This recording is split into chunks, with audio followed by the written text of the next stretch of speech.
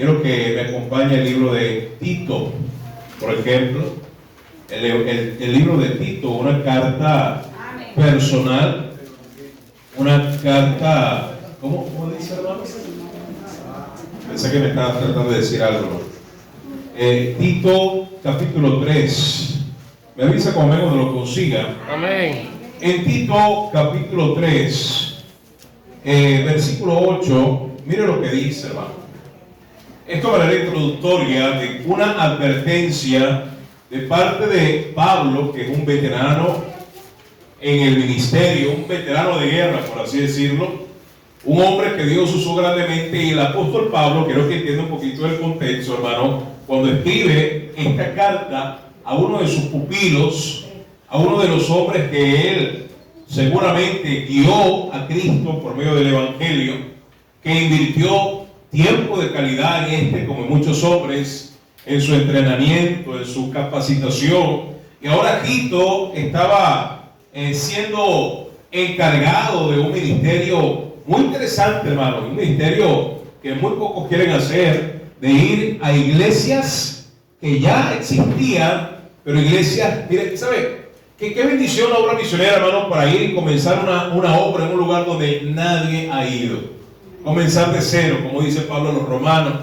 Me propuse ir a aquellos lugares donde Cristo no había sido, ¿qué? Anunciado, para no edificar sobre fundamento ajeno. Y le voy a decir algo.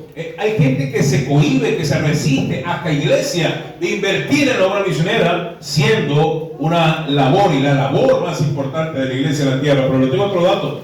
¿Sabe qué es más difícil que comenzar una iglesia de cero? Mucha gente, hermano, le huye, pastores, misioneros, hombres, predicadores, iglesias, en invertir para comenzar una iglesia de cero. Pero ¿sabe qué digo yo que es más difícil?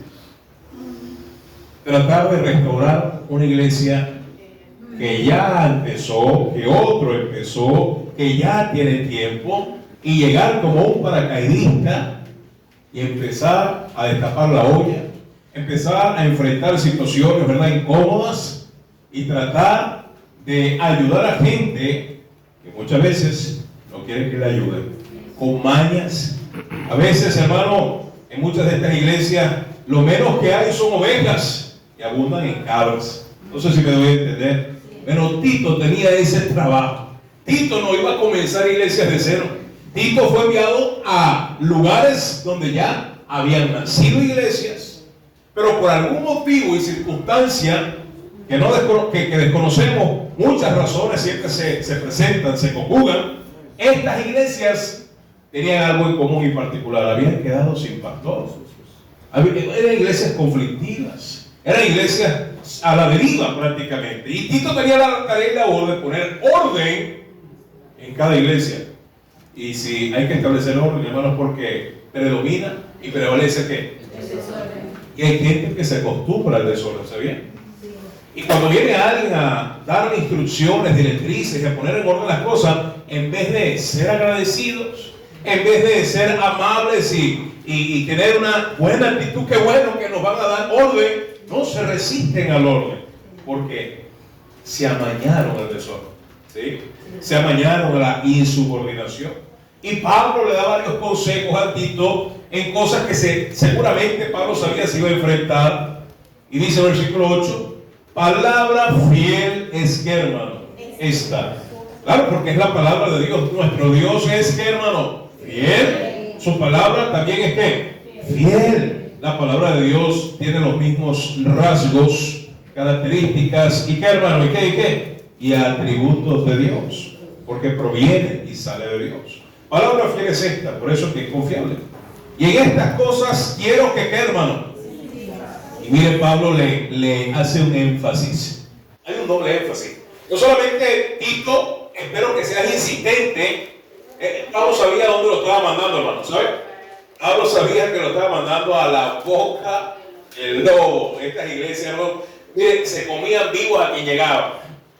Y Pablo dijo: aquí no te va a suceder, no permitas, más bien sé insistente en estas cosas que te he dicho. Y añade, insiste con qué, hermano.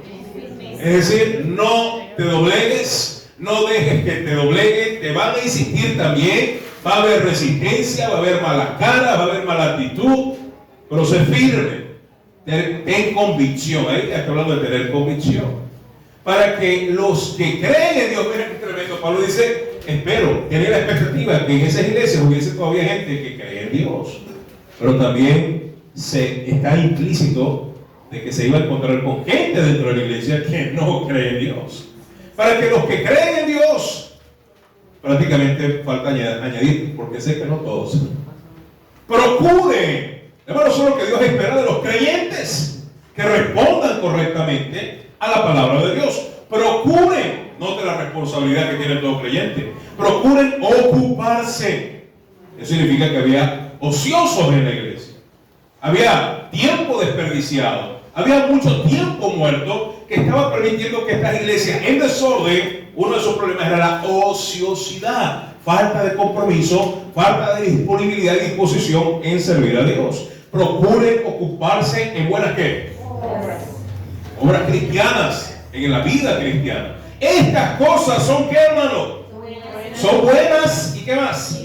Útiles. Mira, Tito, tú vas a hallar a gente que está tan acostumbrada a hacer nada que parecen allí un florero, inútiles. Y tú le vas a animar, tú le vas a ayudar, tú le vas a exhortar. Sé firme, aguanta. El plan, el propósito es que estas iglesias se activen, funcionen, empiecen a andar y cumplir con los propósitos eternos de Dios. Versículo 9. Si se da cuenta, el versículo 8, Pablo le resume el propósito y el plan por el cual él debe ir a estas iglesias, su plan de trabajo, pero el 9 es una advertencia para que su plan no sea estorbado. Pero evita. No busques conflicto, Tito. Y sabe, creo personalmente, hermano, que Tito tenía un carácter muy distinto a Timoteo. ¿Sabe? Pablo le dice a Timoteo, en 1 Timoteo 4:12, ninguno tenga en poco tu qué. En 2 Timoteo capítulo 1 le dice Pablo a Timoteo, y hago un contraste aquí brevemente, le dice Pablo a Timoteo, le anima, le dice, no te dé temor de padecer por mí y por el evangelio que predico. Sí lo leí. 2 Timoteo capítulo 1, y cuando le dice y le anima, porque no habéis recibido un espíritu de temor, sino de qué, de amor, de poder y de qué. Sí, estamos leyendo la misma Biblia, ¿no? Eso es en 2 Timoteo capítulo 1, versículo 7. Porque no hemos recibido un espíritu de temor, sino de poder, de amor y dominio propio. Le da palabras de ánimo, hasta parece Pablo ahí muy motivacional con Timoteo, porque Timoteo, hermano, parece que era algo sensible. Timoteo parece que si encontraba cierta oposición, se cohibía o no insistía mucho con la gente. Pero estas mismas palabras no se las dice a Tito. Más bien a Tito le dice, sí, Tito, cálmate, porque tú no quieres mecha corta, te gusta el conflicto, te gusta la discusión, no tienes pelos en la lengua, no tienes, tú confrontas, Tito, está bien, pero equilibra. Quiere decir que Timoteo y Tito, en cuanto a carácter y personalidad, eran polos opuestos, hermano. Por eso, que a quien envían, y el Señor sabe cómo hacer las cosas, a estas iglesias difíciles, mañosas, es a Tito, porque a Timoteo solo dice comido vivo. ¿Sí capiste? Y ahora en el versículo 9, Pablo le mete el freno de mano y le dice, hey, te conozco, Chirulí, evita, sé que te va a costar, sé que esa gente no te la va a poner difícil, te la va a poner fácil para que tú respondas, reacciones, como es tu personalidad, pero evita las cuestiones que necias. Pastor, ¿se pueden encontrar cuestiones necias en las iglesias? Está hablando de iglesia, no está hablando de la vecindad, de la calle. Hay cuestiones necias de gente que todavía abraza necedades. Y Tito dijo, mira, evita esos temas. Mira, Tito, tú vas a llegar a aquella iglesia y lo primero que te van a encontrar son todos los chismes y todos los problemas, y que me dijo, y que no me dijo, y que me hicieron, y fulano, ¿no? Y el pastor que estaba aquí, ¿no? Y la esposa del pastor, y los hijos del pastor, y la hija de la hermana, ¿y sabes qué le dice Pablo a Timoteo? No caigas en esas bobadas, ¿sí? No caigas en esas tonterías. Eso es lo que significa la palabra necio, ¿sí? Y dice, evita cuestiones necias. Y segunda cosa que debe evitar, ¿evita qué? genealogías, habían discusiones, habían hasta también en ciertas iglesias, hermano, sucede un fenómeno perverso. Algunos acá discuten que genealogía tiene que ver con discutir cosas de la ley, pero también, hermano, puede significar, como sucede en muchas iglesias, que hay como especie de castas. ¿Saben qué es una casta? Bueno, hay especies de clasismo, grupillo. ¿Recuerdan la iglesia de Corinto? Este es mi grupillo. Somos la familia Contreras. ¿Hay algún Contreras aquí? Ay, sí, mira. Qué bendición, hermano, ver. El cacique. La familia Contreras. Somos los Contreras contra los Durán. ¿Sí? Parece el título de la novela, ¿verdad? ¿Sí? Y ¿sabe? En las iglesias, hay iglesias bien carnales, como en el barrio, como en la familia misma, que son de un grupillo, que son de un apellido y se creen dueños de alguna parte de la iglesia. Hasta de las sillas. No le he contado yo, hermano, que hay gente que cree que la silla tiene su nombre grabado. Y viene un visitante y como que esa es mi silla. No ve mi nombre, casi que dice. No, te equivocas esa persona. ¿Sí? Pero el Señor le está diciendo a Tito, ¿verdad? Mira, Tito, evita. Listo. Ya el receso se acabó. Pero evita genealogías. Evita caer en esos temas, ¿verdad? De conflictos internos y infantiles y contenciones. Y mira lo que dice luego. Y discusiones acerca de la qué? De la ley.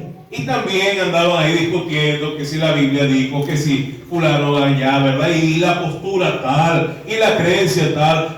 Pastor Tito, ¿y usted qué cree acerca de la salvación?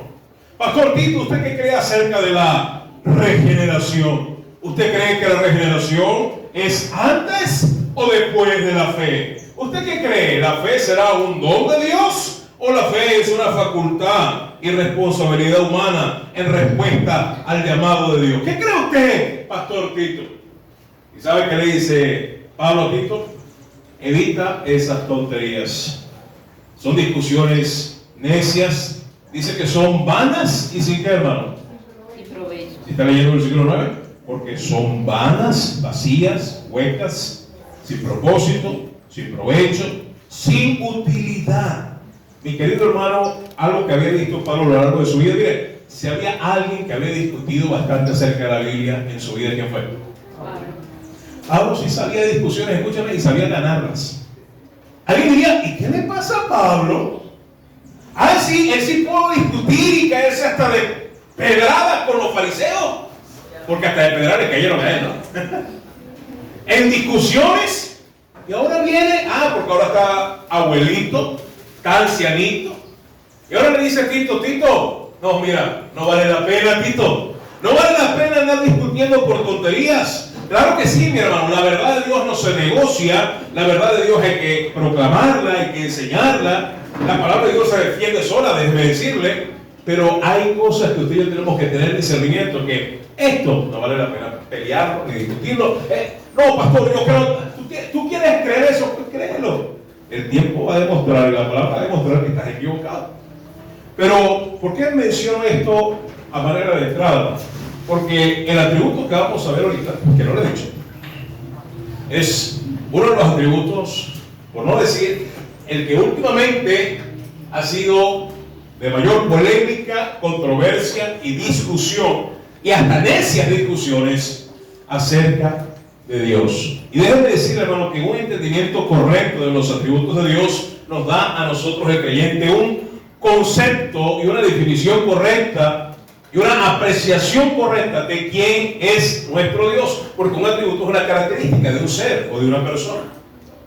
Y así que yo intentase describir al hermano Hernán, un hermano que supongamos usted nunca ha visto ni conoce, y yo intento describirle al hermano Hernán para que usted tenga una imagen de Hernán Martínez.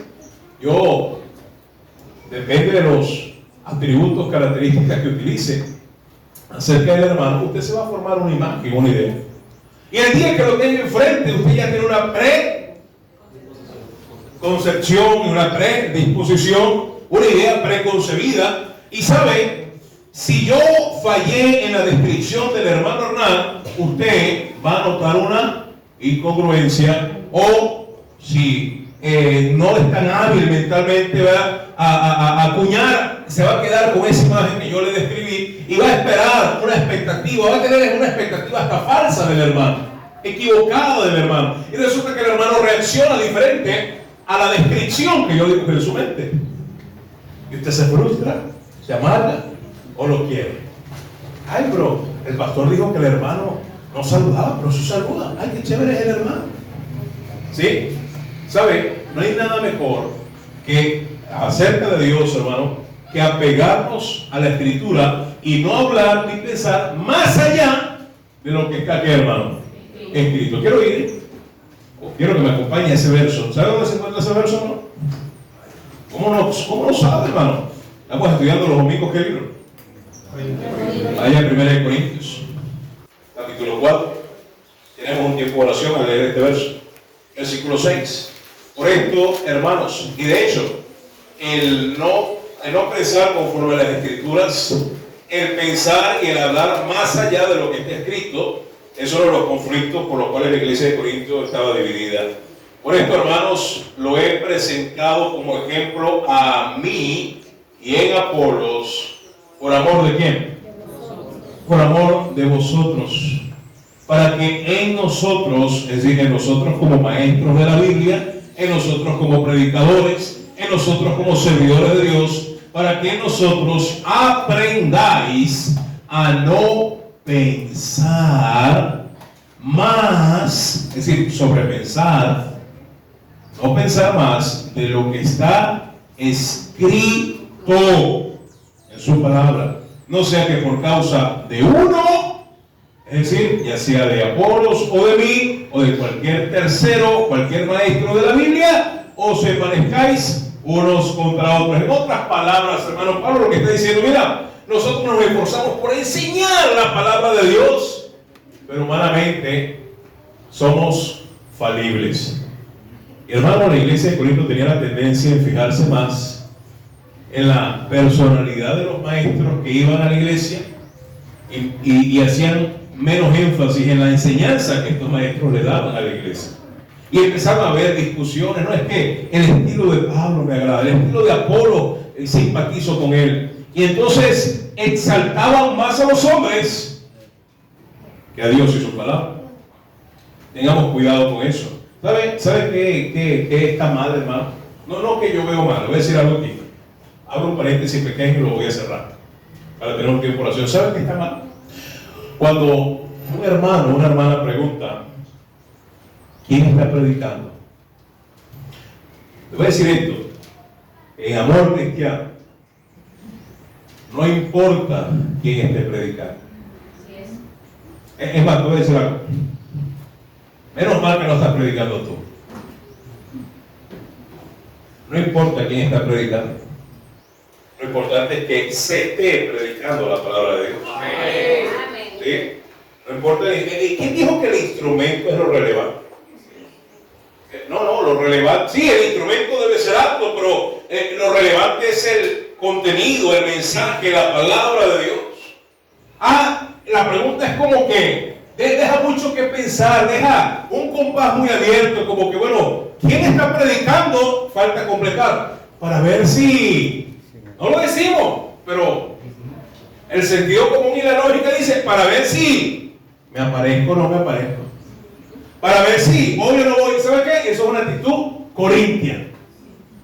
Eres un corintio si piensas así, porque entonces tienes preferencias, tienes facciones. Hay gente que cree que Dios va a hablar más por medio de uno y no por tanto por otro. Hermano, yo me siento ahí, yo aprendo de todo aquel que se para acá. Hay cosas, yo estoy anotando y, oye, mira, no lo había visto así. O veo algo que tal vez yo había pasado de largo. Todos estamos siempre aprendiendo, así que déjese de esas mañas. ¿Sí? ¿Cómo dice? Todas las mañas son malas, No hay maña buena. Déjense de esa maña. Dice, para que nosotros aprendáis a no pensar más de lo que está, ¿qué cosa más? Escrito. Hoy vamos a hablar, antes de la soberanía de Dios. Vamos a hablar bíblicamente de la soberanía de Dios. Oye, Señor, gracias te damos. Gracias por tu amor y misericordia, gracias por tu palabra. Dios, eres bueno, eres maravilloso, eres bondadoso y eres soberano. Sabemos, Señor, que estás por encima de todo, como gobernante supremo, como rey supremo, como rey soberano, que está al pendiente, que está velando por cada circunstancia, no solamente acontecimientos en el mundo, sino especialmente en la vida de tus hijos. Gracias, Señor, porque en tu gracia, en tu amor, en tu bondad, en tu soberanía, nos has alcanzado con tu verdad, con tu evangelio. Pero también, Señor, aprendemos y sabemos que tu deseo es que más gente pueda conocerte, pueda responder a tu llamado.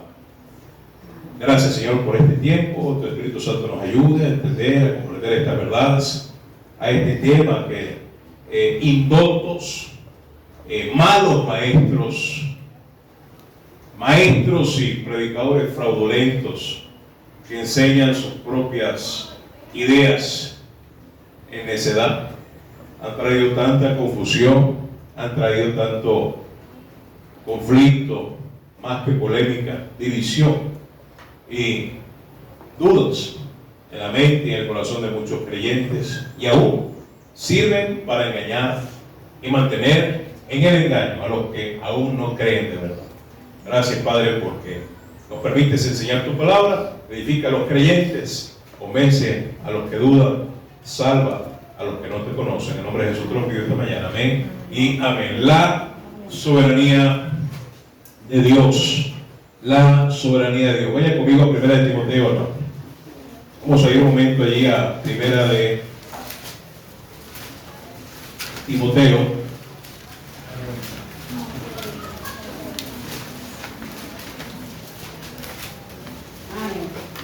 ¿Sí? Avisa cuando lo consiga. Dice allí la escritura, ¿verdad? Y estábamos leyendo, por cierto, al principio, bueno, el mensaje anterior, el hermano citó justamente el versículo lema de esta conferencia que está allí. Pero hay un versículo que también se parece, y está en 1 de Timoteo, pero en el capítulo 6, esta vez. En el capítulo 6, viene tremendo texto, hermano, dice el versículo 13. 1 de Timoteo 6:13, escuche bien acá para que no interrumpa al que está a su lado. Te mando delante de Dios, es decir, un mandato excepcional que Pablo ahora le dice a Timoteo, usando a Dios como testigo. Te mando delante de Dios que da vida ¿a qué, hermano? A todas las cosas. Aquí está hablando de su creación, está hablando del poder creativo de Dios, del poder sobrenatural de Dios. Es un atributo divino. Dios es el único que da vida a todas las cosas. Ni el diablo, ni los ángeles, ni nadie. El hombre quiere simular ese poder. El hombre, por medio de la genética, por medio de la robótica, por medio de la electrónica, el día de hoy quiere crear vida. Y está Elon Musk allí, que tiene un ejército de robots.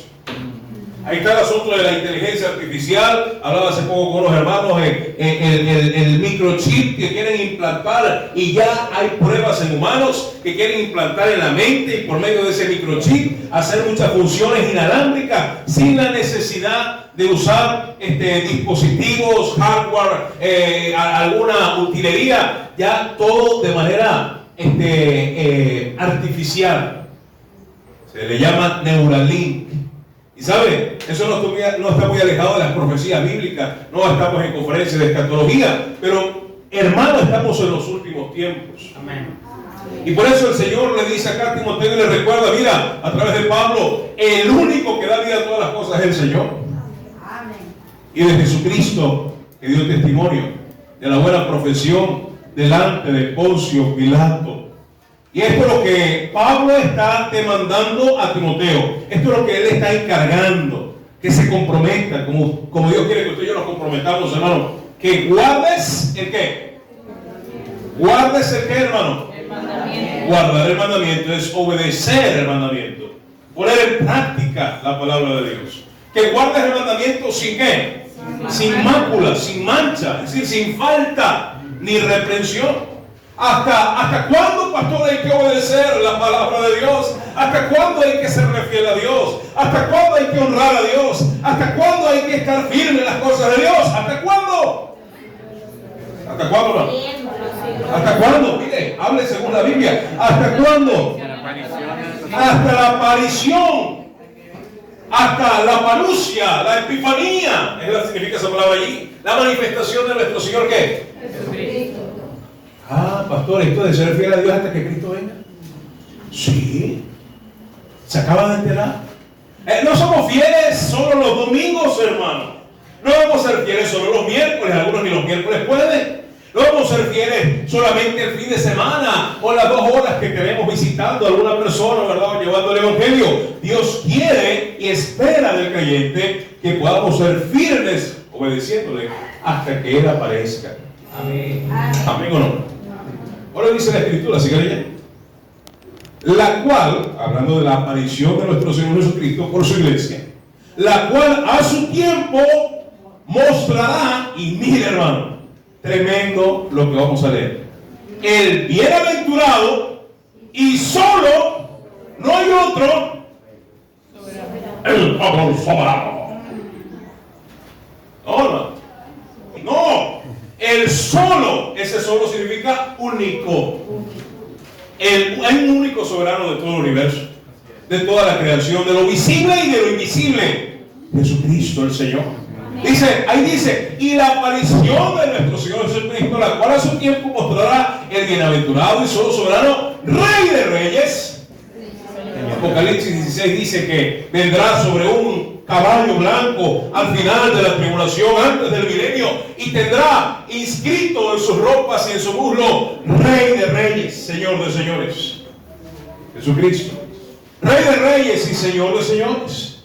Y ahora enfatiza el único que tiene que pasaje paralelo a 1 Timoteo 1:17.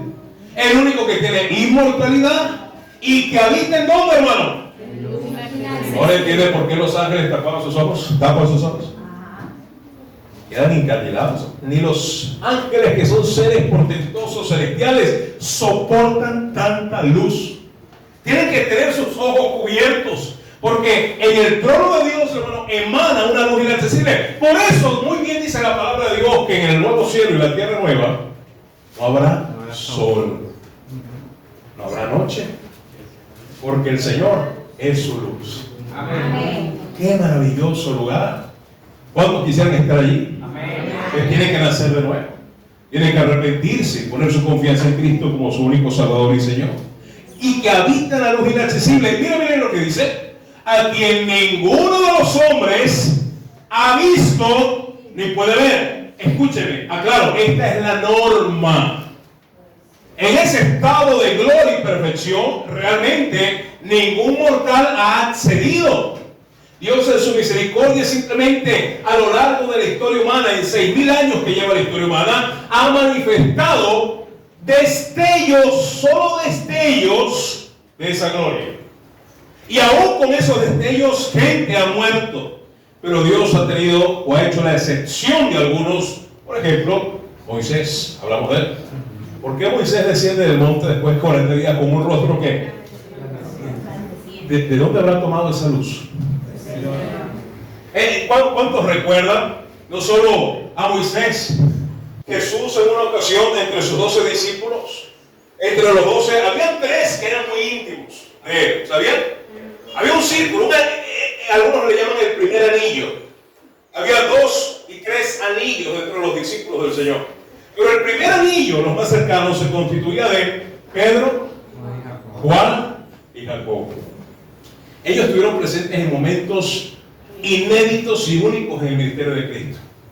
Y uno de esos eventos, además de la oración de Getsemaní, la oración intercesora, cuando él ora antes de ser arrestado y suda grandes gotas de sangre, ¿sí recuerdan?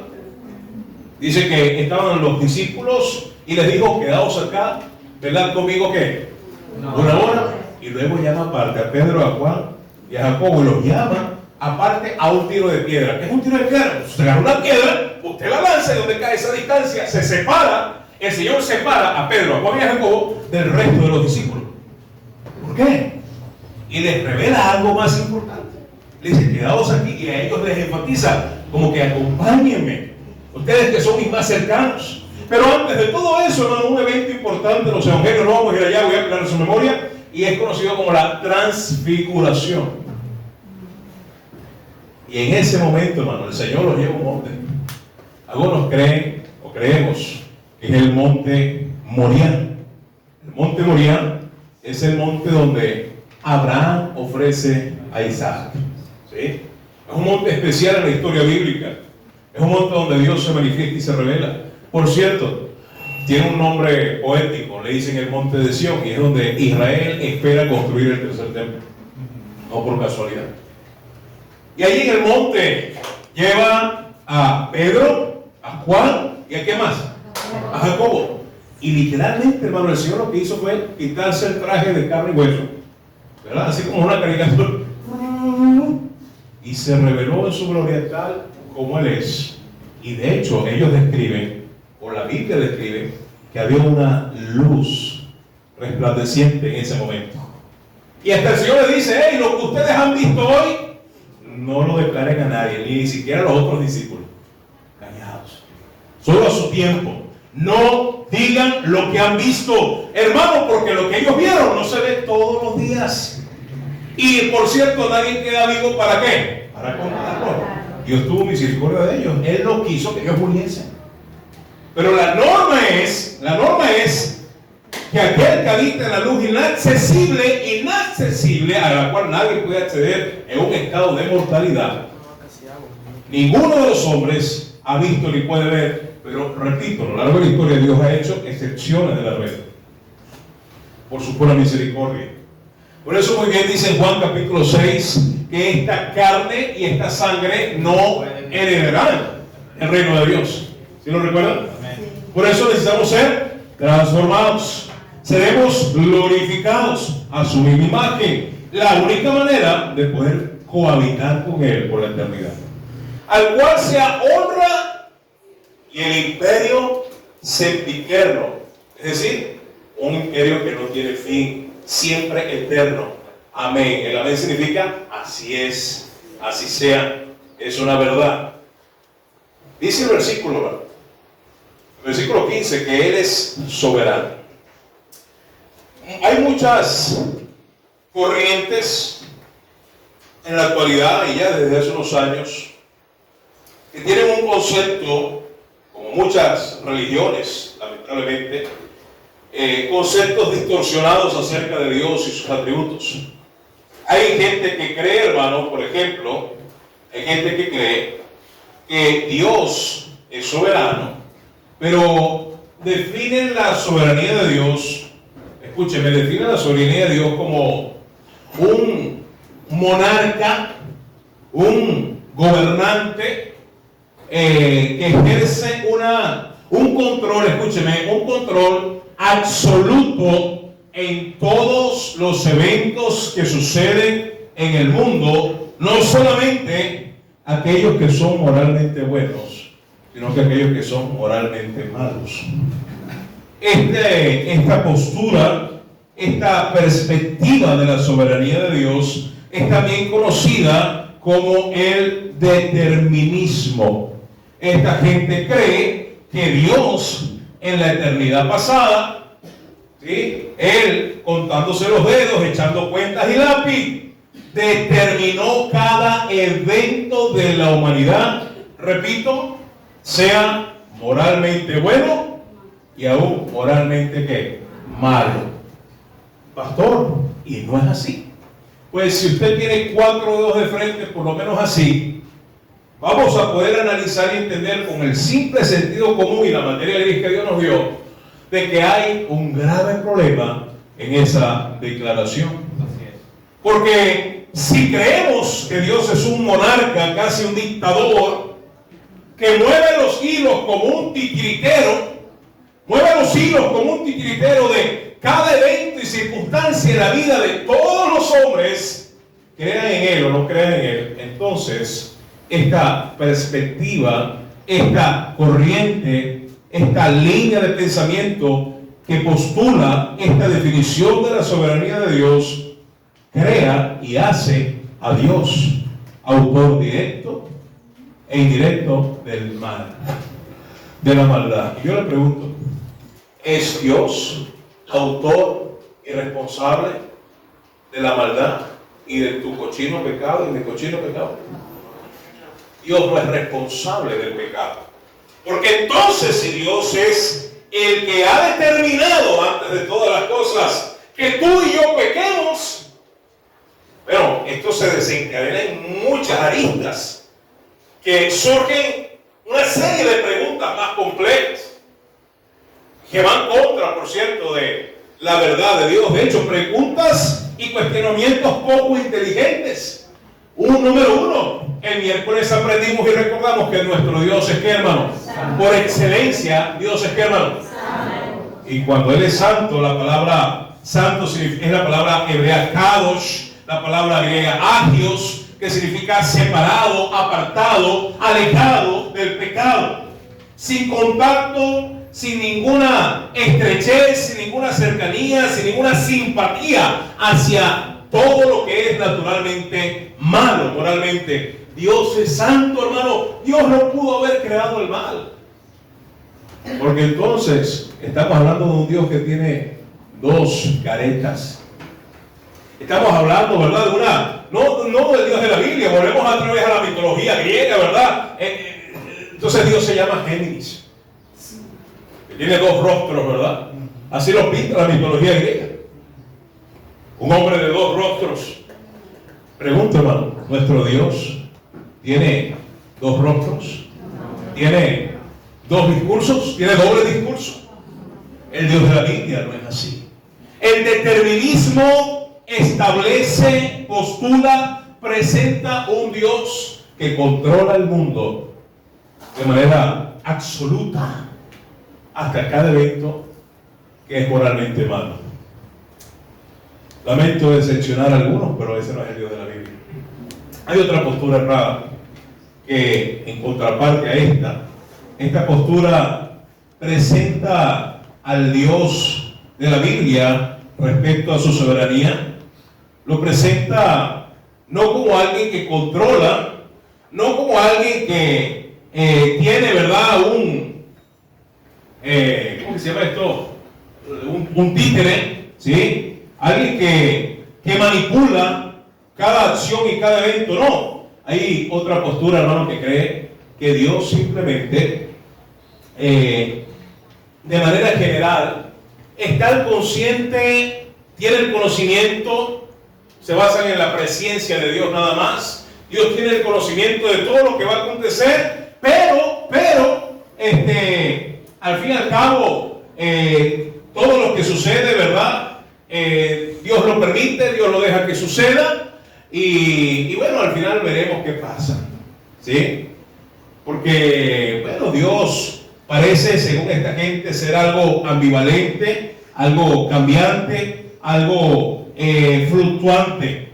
Esto también es conocido, hermano, como el pelagianismo o el arminianismo, hablando en temas o en términos teológicos.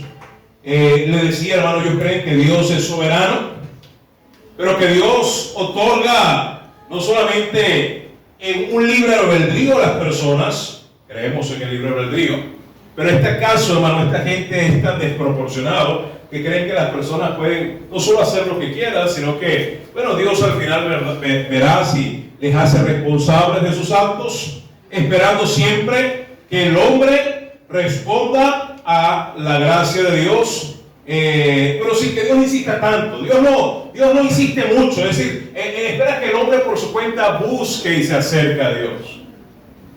Y hermano, ambos puntos presentan medias verdades. Tantos los deterministas también conocidos por cierto, para que se escandalicen, ¿verdad? Espero que no.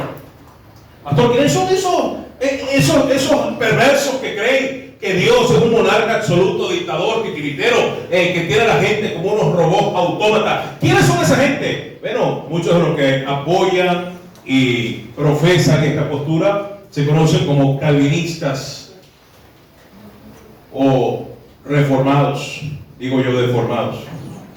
Pero aquellos hermanos que creen que Dios es soberano en un aspecto general y que Dios delega al hombre en la capacidad de que el hombre por su cuenta y por sus medios se acerque a Él, se conoce como arminianismo, pelagianismo.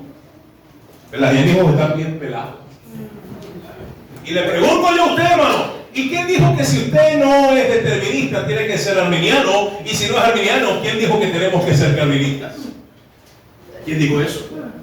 ¿Quién nos etiqueta? ¿Quién nos encasilla de esa manera? Le acabo de presentar las dos posturas más comunes, más sonadas, más vendidas y más tragadas por la gente. Y estas dos posturas no son bíblicas. No, pastor. Sí, mi hermano, no son bíblicas.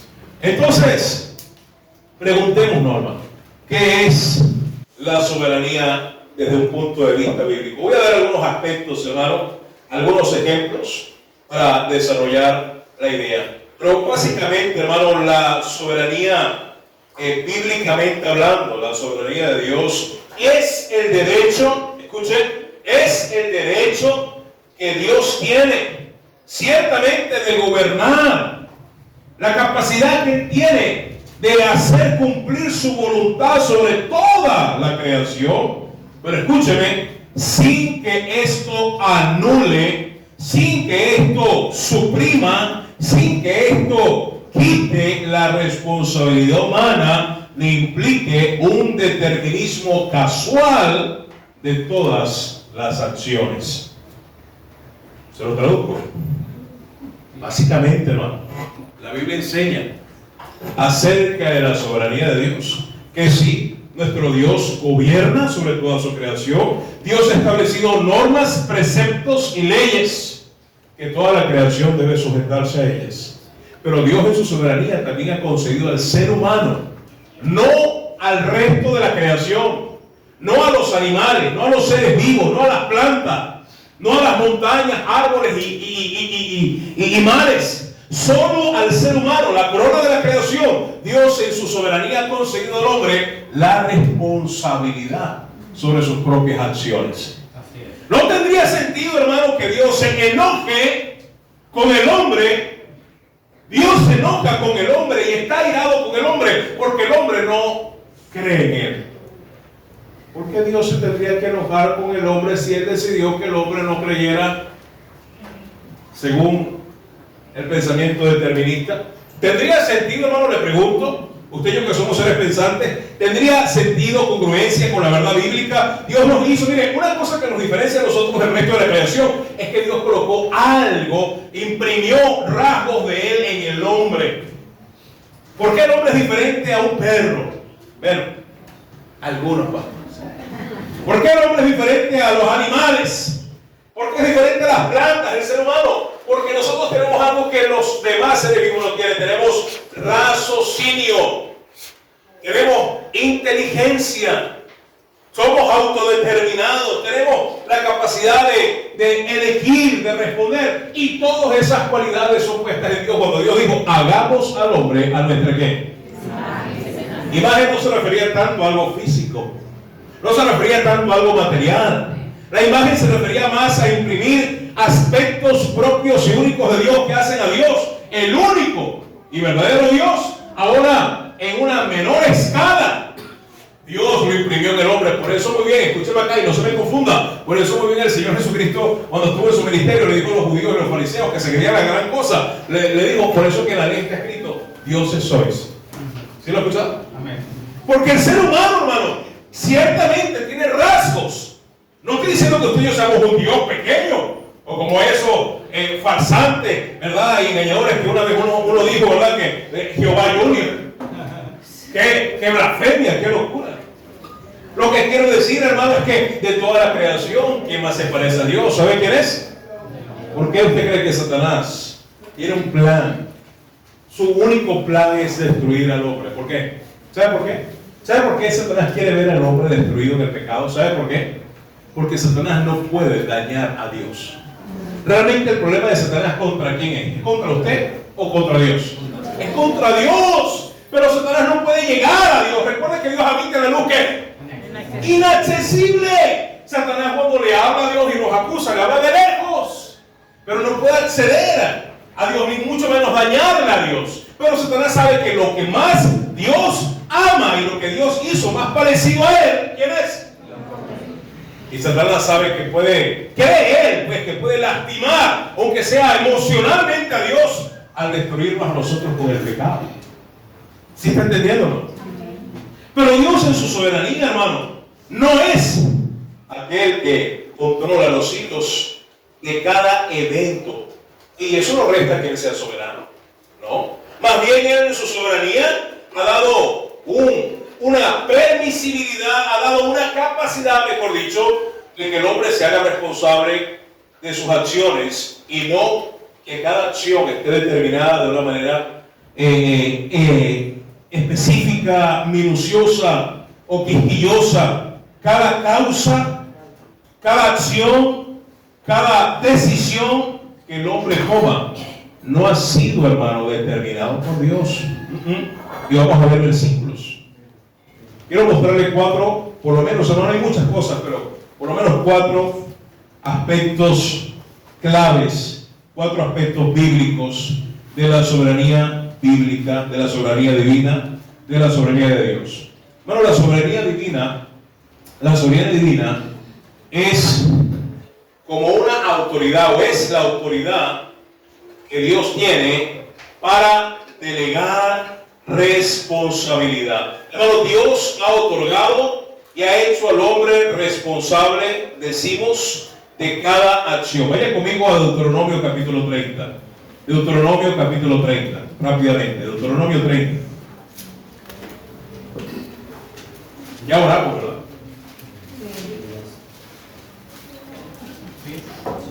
Casi me olvida, ¿no? Hermano, Dios es tan soberano. Dios es soberano que puede y ha otorgado a los hombres la capacidad de tomar decisiones reales. Pastor, pero tengo una duda. Alguien preguntará, tal vez. Pastor, pero ¿qué tal de aquel versículo que dice Efesios 2:1? Que Él nos dio vida cuando estábamos muertos en nuestros delitos y pecados, pastor. Y un muerto no puede elegir, un muerto no puede tomar decisiones. Y sabe, escúcheme, muchos toman ese versículo para decir que el hombre perdió facultades, entre ellas el libre albedrío, cuando el pecado entró en la humanidad. ¿Se ha escuchado ese argumento? Ahora se hace que nunca lo he escuchado. Los deterministas, los deformados dicen que el libre albedrío no existe. Dicen que el hombre es esclavo. Estamos empezando apenas. Dicen que el hombre es esclavo y que el hombre no toma decisiones porque el pecado toma decisiones por él, porque el hombre está totalmente depravado hasta el punto de que el hombre no puede elegir correctamente y necesita que Dios le capacite para elegirlo a él. ¿Sabe que todo eso es una distorsión a través de lo que dice la Biblia? Le voy a explicar algo. Cuando Efesios 2:1, y no estamos en Efesios, estamos en Deuteronomio, pero cuando Efesios 2:1 dice que Él nos dio vida a nosotros estando muertos en delitos y pecados, el problema está en cómo se interpreta la expresión muertos en pecados. Porque muertos en pecado, la muerte espiritual no es una privación o suprimir la capacidad de elegir. Simplemente, hermano, el argumento se muere en sí mismo, y es una falacia. Esta gente dice que el hombre perdió la facultad de elegir a Dios cuando el pecado entró al mundo. Que perdió la capacidad de elegir por lo que es correcto, bueno y decente. Que entonces el hombre no tiene capacidad de elegir y escoger lo que está bien porque su pecado y su naturaleza no se lo permiten. Y ciertamente la naturaleza pecaminosa inclina al hombre, inclina la balanza a lo malo, pero le tengo otra noticia. Si el hombre muerto espiritualmente significa que no puede elegir, tampoco puede elegir, así como no elige lo bueno, tampoco puede elegir lo malo. Porque si vamos a usar esa interpretación, que por cierto es errada, de muerte espiritual, de que el hombre pierde facultad de elección, entonces no puede elegir ni tanto lo bueno, pero tampoco puede elegir lo que, lo malo. Y siempre en este espiral filosófico, porque no es otra cosa que un espiral filosófico, ¿saben quién termina siendo el culpable? Le echa la culpa a Dios. Y sabe, hermano, muerte espiritual no significa haber perdido facultad de elegir. Muerte espiritual significa, ¿qué significa la palabra muerte? Separación. Significa que el hombre está divorciado de Dios, que no cuenta con las bendiciones de Dios, que está condenado a menos que se arrepienta.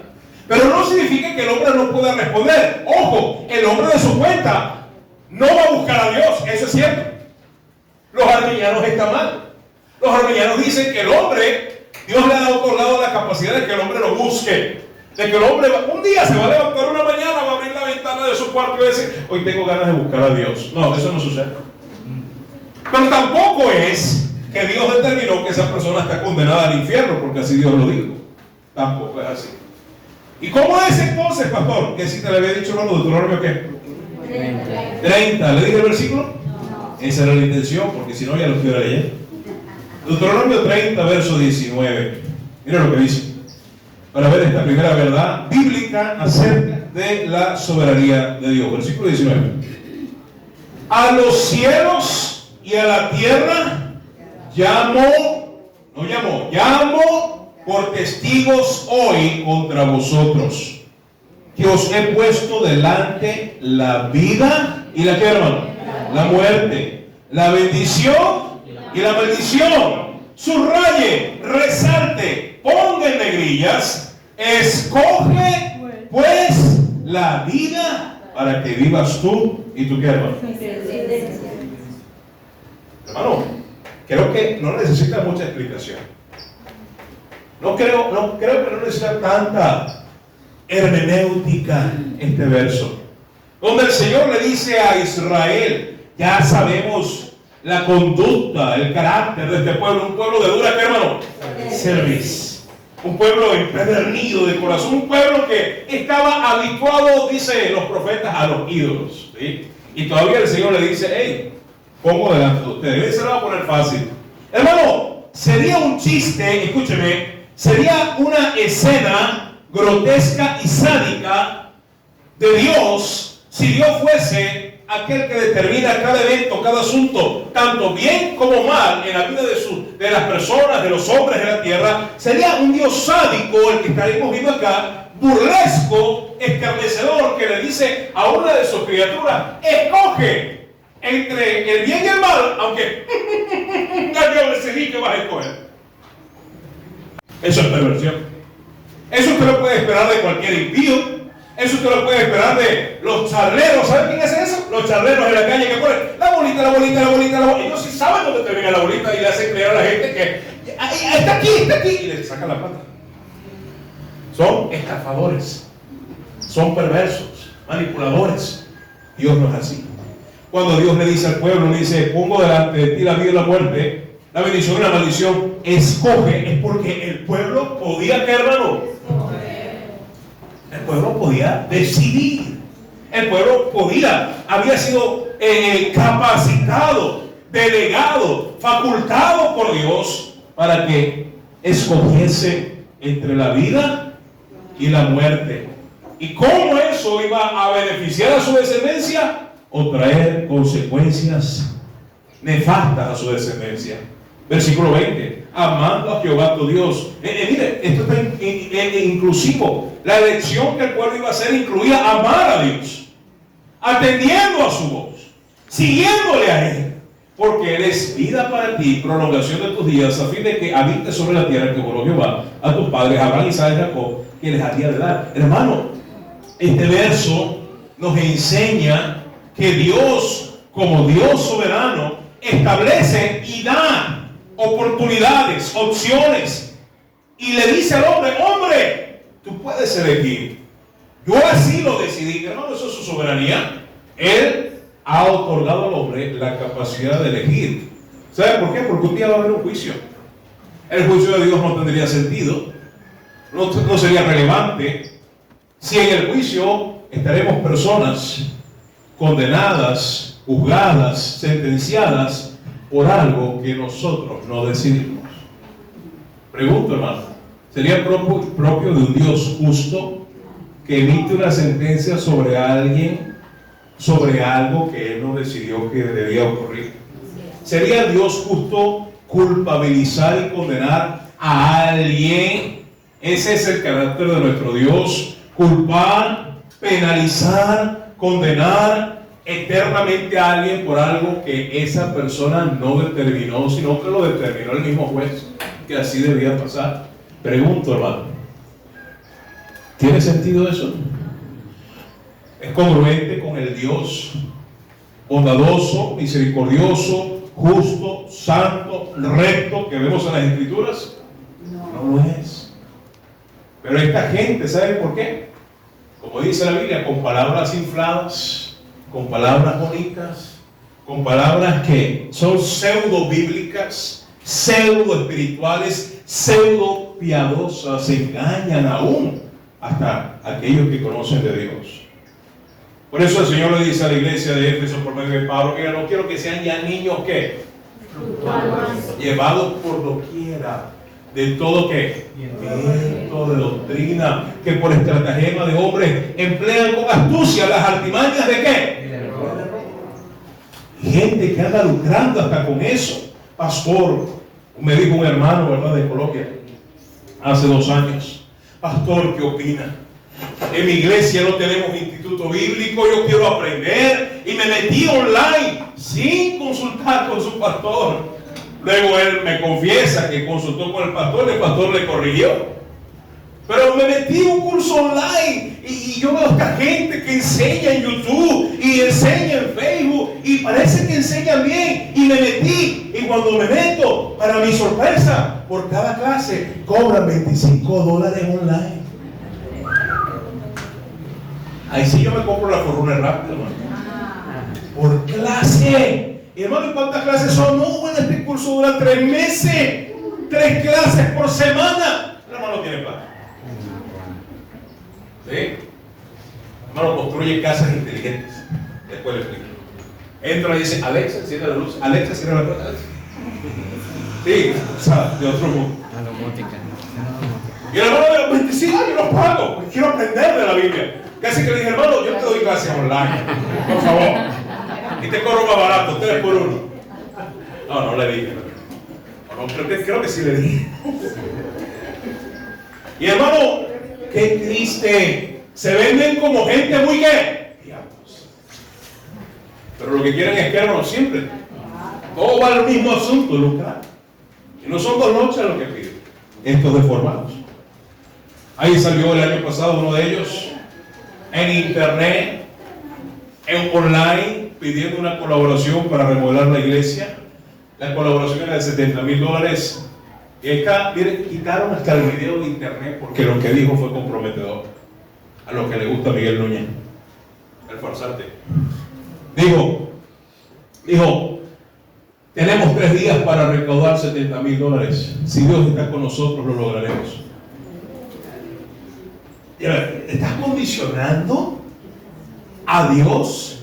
Si lo logras, Dios está contigo. Él ni siquiera está seguro que Dios está con él, porque si no lo logra, entonces Dios no está con él. A las horas quitaron el video de las plataformas. La gente se dio cuenta, se dejaron, como decimos acá coloquialmente, se dejaron ver las. Y hay gente que decía que todavía, no, viendo el video, no, es inteligencia. No, sí, está ahí. Estaba el hashtag, había un historial, un registro que se podía seguir de esta gente. Y usted le da like, lo promociona y lo publica, ¿verdad? Pero viene a la iglesia y está contando los minutos cuando su pastor predica. Sí. qué hace aquí? Voy a hacer para allá, para República Dominicana. Sí. ¿Verdad? Balsantes. ¿Sabe? Esto ha hecho tanto daño. Nuestro Dios, hermano, es soberano, amén o no. Pero Dios es un Dios justo, un Dios santo, y Él otorga al hombre la capacidad de dirigir. Hermano, esto implica algo. Implica entonces que el hombre tiene una capacidad, una responsabilidad de responder a Dios. Cuando Dios le llama, cuando Dios le presenta una opción, cuando Dios coloca delante de él y le muestra su camino y el camino del mal, Dios espera que el hombre responda bien o mal. Bien o mal. Siendo así responsabilidad única de ¿quién? Del hombre. Y el hombre recibe las consecuencias. Y por ella será juzgado por sus decisiones. Segundo aspecto. La Biblia habla de esto por todas partes, pero imagínense. Ya el hermano Hernán está que se lanza en la olla, ¿verdad? Segundo aspecto, rápidamente, hermano. No solamente, hermano, dijimos número uno, que Dios es soberano, porque su autoridad o la autoridad que Él tiene la ha usado para otorgar responsabilidad del hombre, ¿cierto? Número dos, hay un decreto soberano de Dios. Y el decreto soberano de Dios, hermano, algunos dicen, como venimos hablando, es un decreto que controla y determina cada asunto. Pues no es ese. De hecho, el decreto no es determinista. El decreto soberano de Dios, escúcheme, es provisionista. ¿Qué es eso, pastor? Bueno, provisionista o provisionismo viene de provisión, y provisión viene de proveer. ¿Cuántos han escuchado ese? ¿Cuántos han usado? Les encanta y espiritualizan muchas cosas. Y está bien tener las verdades de Dios presentes, ¿verdad? Pero nos gusta cuando nos conviene. Y hay escasez, y eso nos anima. O vemos al hermano, ay, no tengo, pobre yo. Y usted quiere darle palabras de ánimo y utiliza una sola frase. Tranquilo, hermano, que Dios Jehová Jireh. Jehová Jireh. Y algunos se ponen, ¡ah! ¿Dios qué? ¿Sabe qué significa eso? Literalmente. ¿Sabe dónde nace esa expresión? ¿Sabe quién la dijo? ¿Sabe dónde sale? Génesis 22. ¿Sabe dónde ocurrió? En el Monte Moriah. ¿Sabe en qué momento ocurrió? Cuando Dios le exige y le pide a Abraham que sacrifique y entregue a su hijo Isaac. Y Abraham no quería. Tampoco Dios quería. Solamente Dios estaba ¿qué? Probando. A ver si Abraham obedecía o no obedecía. Otra vez vemos que Dios otorga al hombre la capacidad de responder a lo que él le pide. Abraham pudo haberse rebelado y haber dicho, pues no voy. ¿Cómo que yo voy a llevar a mi muchacho? Tanto que deseamos tener este niño, tanto que pedimos por este niño, ¿cómo que ahora me lo vas a quitar? Esa hubiese sido la reacción común suya o mía. Así es. ¿Verdad que sí? Sí. Pero Abraham ese sí era un hombre piadoso. Y subió al monte. Me imagino que tragándose lágrimas con cada paso, viendo a su hijo cargando su propia leña donde iba a ser sacrificado, y luego como la leña, ¿sabe qué creo yo? No, quizá Abraham no tuvo que amarrarlo, no tuvo que forzarlo. Voluntariamente. Imagínense el carácter dócil de este hijo, el buen trabajo que había hecho su padre. Ay, pastor, quisiera yo que mi hijo me obedeciera así. ¿Y a quién salimos?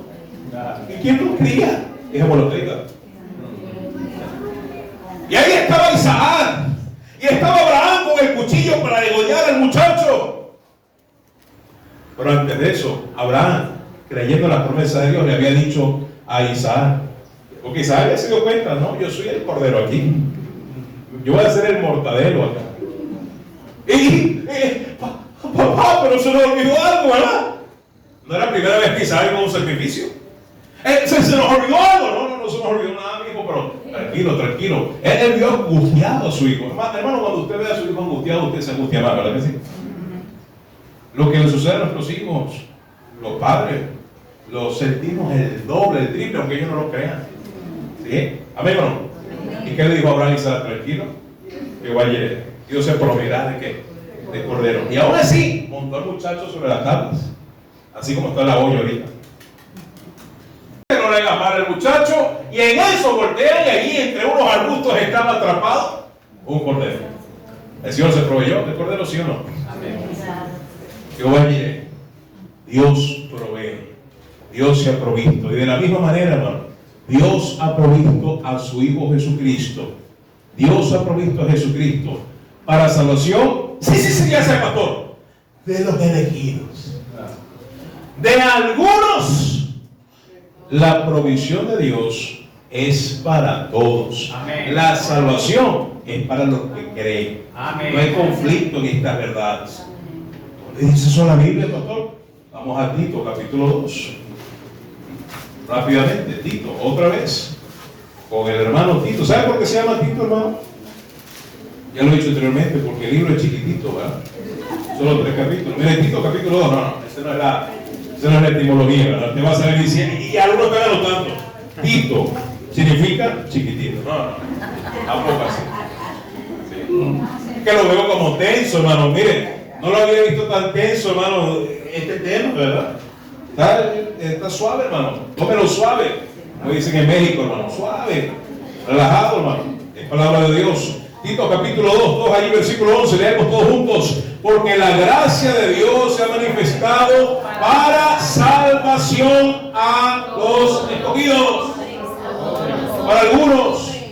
Para los que Dios les dio la gana. No, para todos los hombres. Dios ha provisto, hermano, en Dios hay suficiente gracia para todos los hombres, y todos los hombres se arrepintieran. Pero sabemos que no todos se van a arrepentir, Dios también lo sabe. Pero eso no significa que Cristo murió solo por... Pastor, pero Cristo murió por su iglesia, no solo por su iglesia. Vaya conmigo aquí a 1 de Juan capítulo 2. 1 de Juan capítulo 2. Aprendamos la palabra de Dios para que no nos engañen, hermano. Y deje de estar viendo tanta bobada y basura en internet. ¿Sí? No solamente novelas, películas, series, también a farsantes en YouTube, hermano. Deje de estar viendo tanta basura, mucho menos hacer publicidad de gente que ni usted conoce ni ellos le conocen, y ni siquiera recibe ningún beneficio, ni le pagan, hermano. Si le pagaran por lo menos, hermano. Primero de Juan capítulo 2, ya lo tiene, verso 2. Verso 1 dice: hijitos míos, estas cosas les escribo para que no pequéis. Pecamos no solamente, hermano, haciendo lo malo, pecamos también dejando de hacer lo que es correcto. Y cuando abrazamos ideas y creencias equivocadas a la Biblia, también eso es pecado. Y si alguno hubiere pecado, abogado tenemos para con el Padre a Jesucristo, el que, hermano, el que. Justo. Hermano, Dios es justo, amén o no.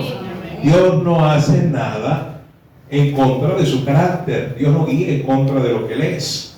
Y qué curioso, y a propósito, habla de la justicia de Dios y note lo que dice. Y Él es la propiciación de nuestros pecados. ¿Qué es propiciación? Se ha hecho ¿qué? Propicio. No solamente esa paga oportuna, esa expiación, ese rescate oportuno en lugar de nosotros. Él se entrega como el precio a pagar. Por eso se llama propiciación. Ha sido propicio a nosotros por nuestros pecados, los que hemos creído. Pero note la siguiente línea, póngala en negrilla, resáltela, subráyala, y no, leamos todos juntos, y no solamente por los nuestros, sino también por los de todo el mundo. ¿De cuántos grupos de personas está hablando el versículo 2? Está hablando de dos: los que creen y los que aún no han creído, y no creerán algunos de ellos.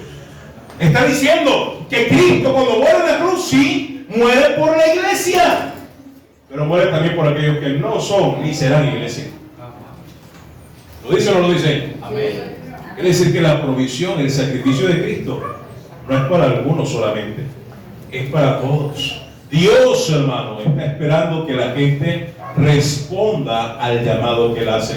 Y esta decisión sí ha sido una decisión, un decreto soberano de Dios, un decreto de una provisión, escúcheme, una provisión universal.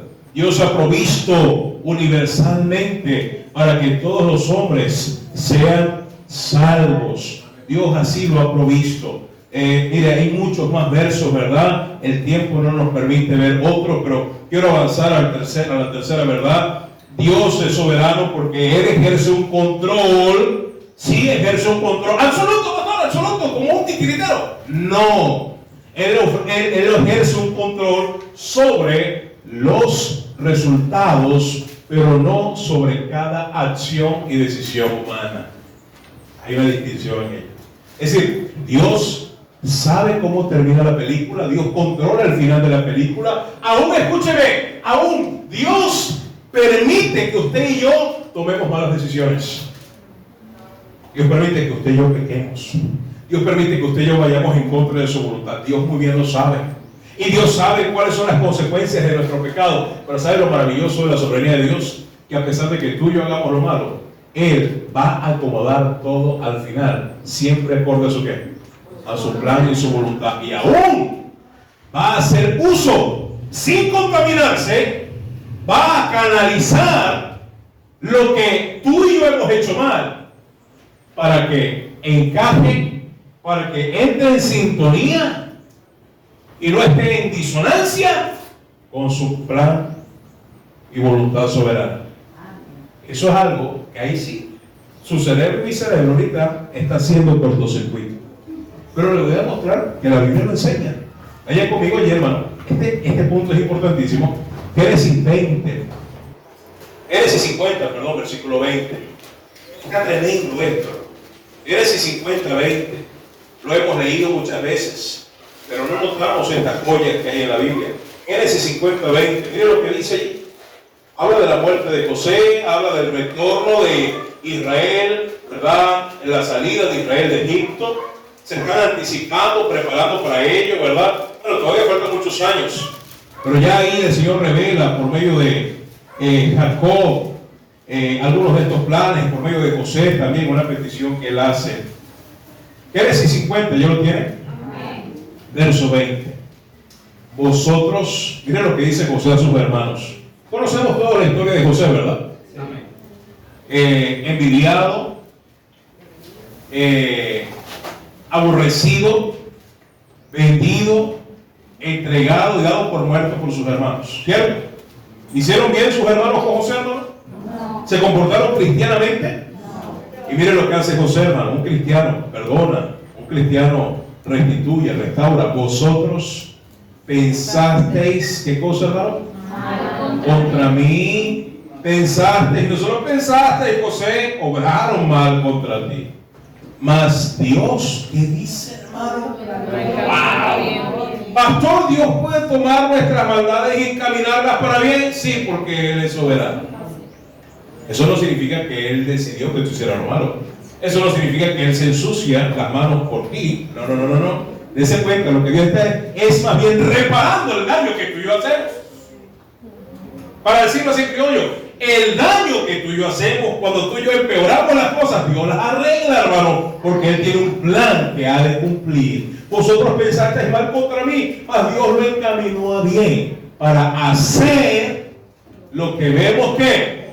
Dese cuenta que Dios tiene el control de los resultados, mas no de las acciones particulares e individuales del hombre, para mantener en vida a mucho pueblo. ¡Wow! ¡Qué tremenda joya este verso!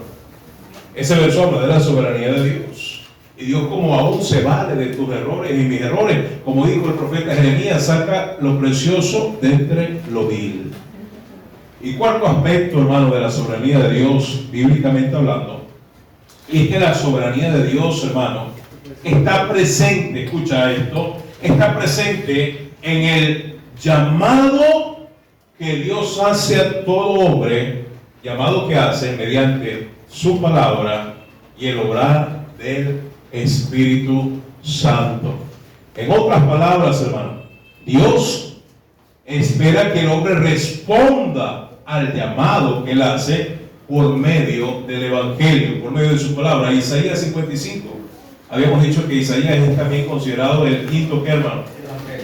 Que si tuviéramos solo el libro de Isaías, pudiéramos conocer a Cristo como Salvador. Pregúntele de aquí, ¿ok? Isaías 55, 11, mire lo que dice.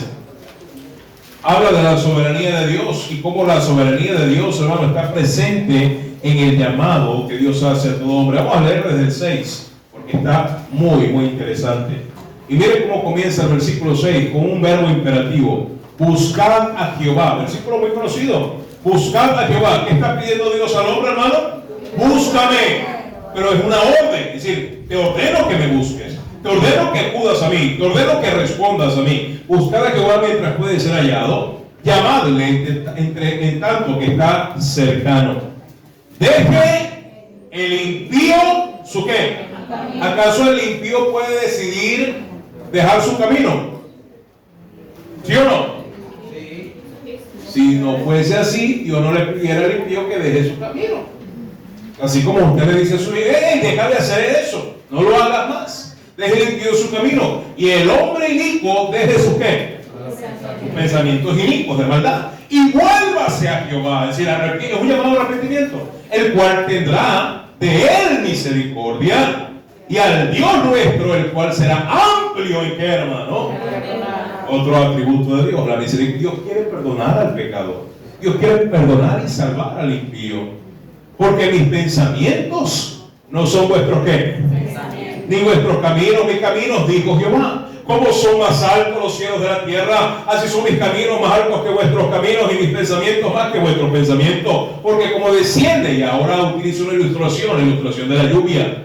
Porque como desciende de los cielos la lluvia y la nieve y no vuelve allá, sino que riega la tierra y la hace germinar y producir y da semilla al que siembra y pan al que come, así será mi palabra que sale de mi boca. Mateo 4:4. No volverá a mí ¿qué? Vacía, sino que hará lo que yo quiero y será prosperada en aquello para que la envíe. Hermano, Dios llama al hombre a acercarse a Él, a responder a Él, a atender a Él, y lo llama por medio de su palabra. Muy bien dice Hebreos, vaya conmigo allí rápidamente, Hebreos capítulo 3. Hebreos capítulo 3, hermano, avisa con menos de lo consiga, ya estamos terminando. Amén. Hebreos capítulo 3, dice ahí la escritura.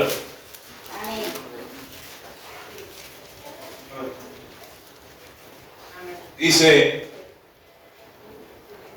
versículo 13, antes, de hecho el 12, mirad hermanos, habla con aparentes creyentes, que no haya ninguno de vosotros corazón que, wow hermano, esto está tremendo hermano.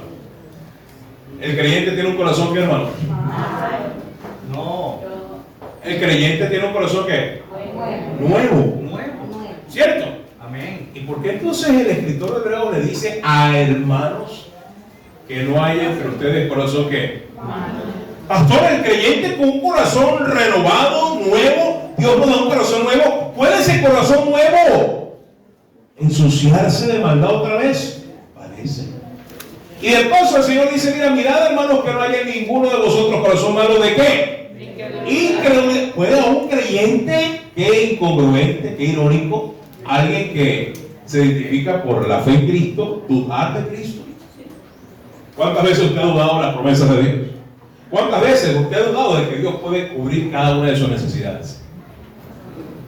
Hay gente que duda, hay creyentes que dudan. Y aquí la exhortación, mira, que no haya entre los creyentes alguien que tenga un corazón malo. El no creer es tener un corazón malo, para apartarse del Dios vivo.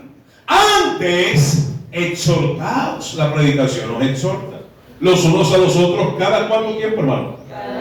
Cada día están dispuestos a recibir exhortaciones, correcciones, llamados de atención.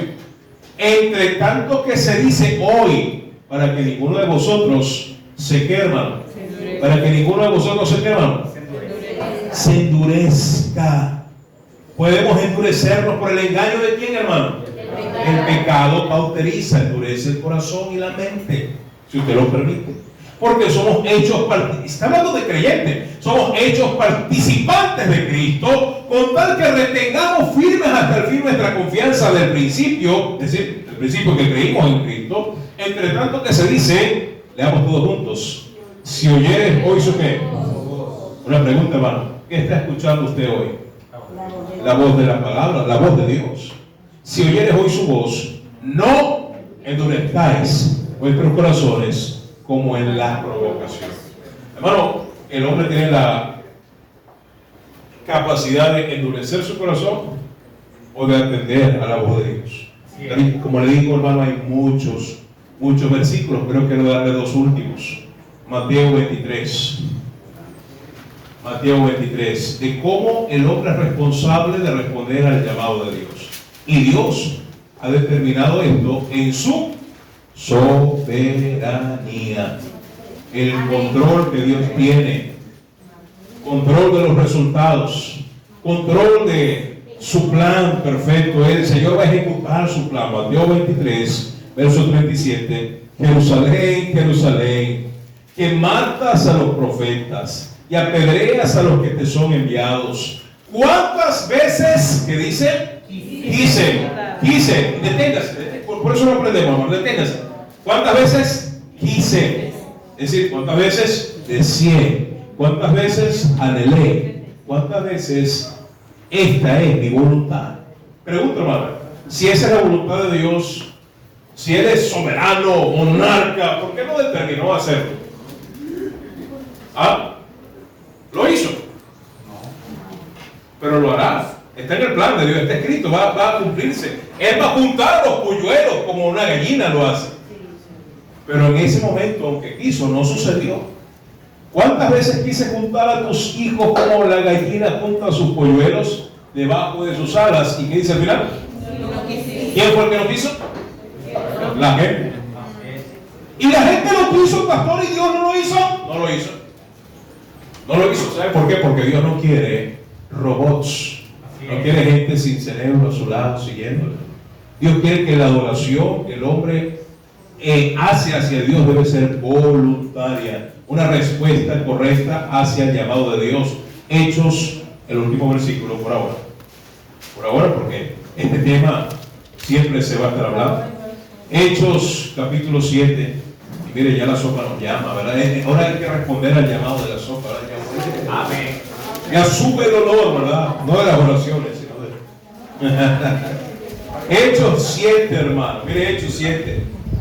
Tremenda predicación, una de las mejores predicaciones que hay en la Biblia, hermano. ¿Sabe de quién? El diácono Esteban. Y mire ya, viento recio, hermano, no se asuste, ¿verdad? Ya decís, ¿cómo ya vamos a hablar en lengua? Va a hablar en lengua cuando se mete la cuchara caliente. Ahí sí va a estar hablando, balbuceando. Versículo 51. ¿Duros de qué? Cerviz. Son incrédulos, duros de cerviz e incircuncisos de corazón. ¿Y de qué? Esteban le está diciendo a los doctores de la ley, al Sanedrín, a los que más Biblia sabían: vosotros, sus reyes, resistís siempre. ¿A quién, hermano? Al zorro.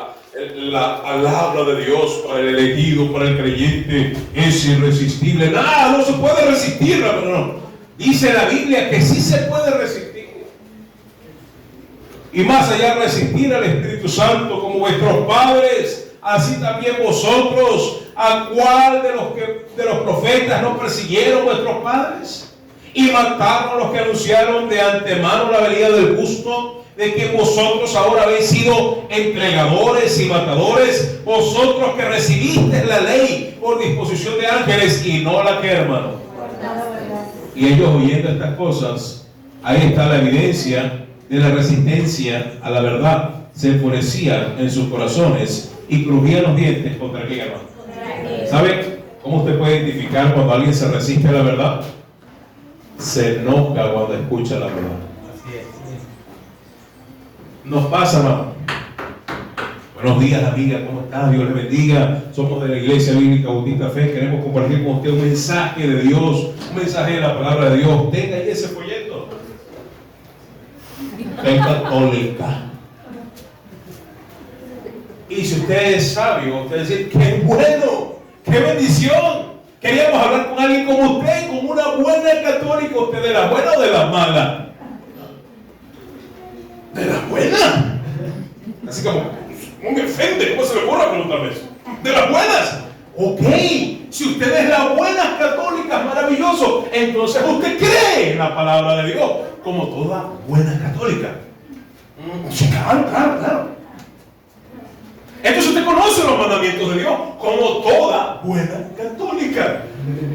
Por supuesto, por supuesto. A ver, dígame uno. No me acuerdo ahorita. La buena católica no se acuerda de los mandamientos. ¿Cómo era de esperarse?